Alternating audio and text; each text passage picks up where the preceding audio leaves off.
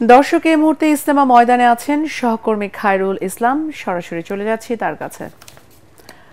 খায়রুল, জুমা নামাজ তো শেষ হয়েছে, মুসল্লিদের চলাচল, সার্বিক নিরাপত্তা ব্যবস্থা কেমন দেখছেন আমাদের জানাবেন।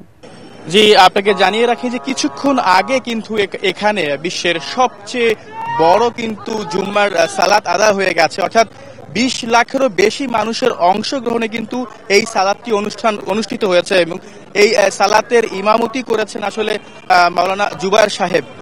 এখানে যারা এসেছেন তারা আসলে বলছেন যে আসলে এত বড় সালাতে অংশগ্রহণ করার জন্যই মূলত তারা বিভিন্ন দেশের এবং ঢাকার বিভিন্ন জায়গা থেকে কিন্তু তারা আসলে ছুটে এসেছেন এবং তারা বলছেন যে আসলে আল্লাহকে রাজি খুশি করার জন্যই কিন্তু আসলে তারা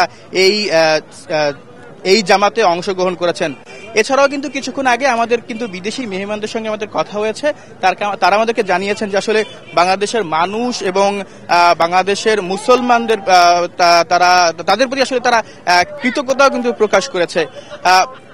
এখানকার পরিবেশ, এখানকার নিরাপত্তার অবস্থা যদি আপনাকে বলতে চাই তাহলে সেটি হচ্ছে যে আসলে পুরো এলাকা জুড়ে কিন্তু আইনশৃঙ্খলা বাহিনীর বেশ কয়েকটি সংস্থা কিন্তু টহল দিচ্ছে, অসংখ্য ওয়াচ টাওয়ার রয়েছে, তারা কিন্তু আসলে বিভিন্ন পোশাকে বিভিন্ন জায়গায় আসলে টহল দিচ্ছে এসব মানুষদের আসলে নিরাপত্তা দেওয়ার জন্য। এই ছিল আমার কাছে ইজতেমা মাঠ থেকে সর্বশেষ খবর।